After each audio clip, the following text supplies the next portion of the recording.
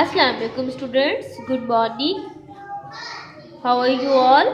I hope you all are good. Today day is Saturday. आज हमने जो work करना है वो है दरमियान में आने वाले हरूफ। हमने दरमियान में आने वाले हरूफ राइट करने हैं।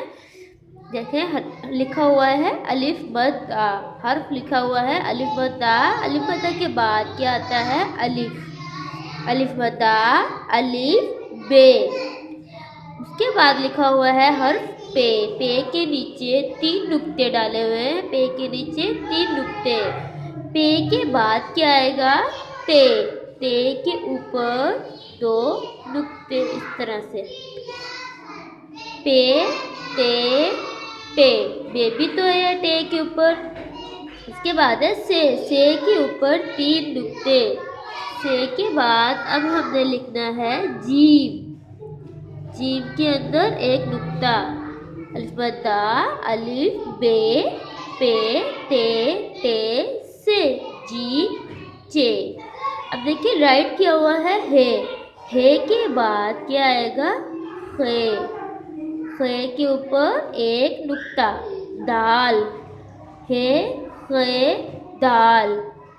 अब राइट किया हुआ है जे के ऊपर 1 नुक्ता। जे के बाद क्या आएगा ये के ऊपर 3 नुक्ते।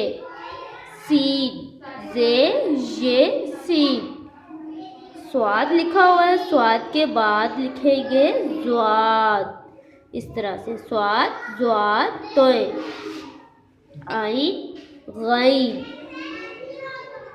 ये देखिए जो इस हर्फ और इस हर्फ के दरमियान में हमने लिखना है ना, उसको हमने दरमियान में आने वाले हरूफ कहना है, जो हम दरमियान में राइट करेंगे आइन गैन फे।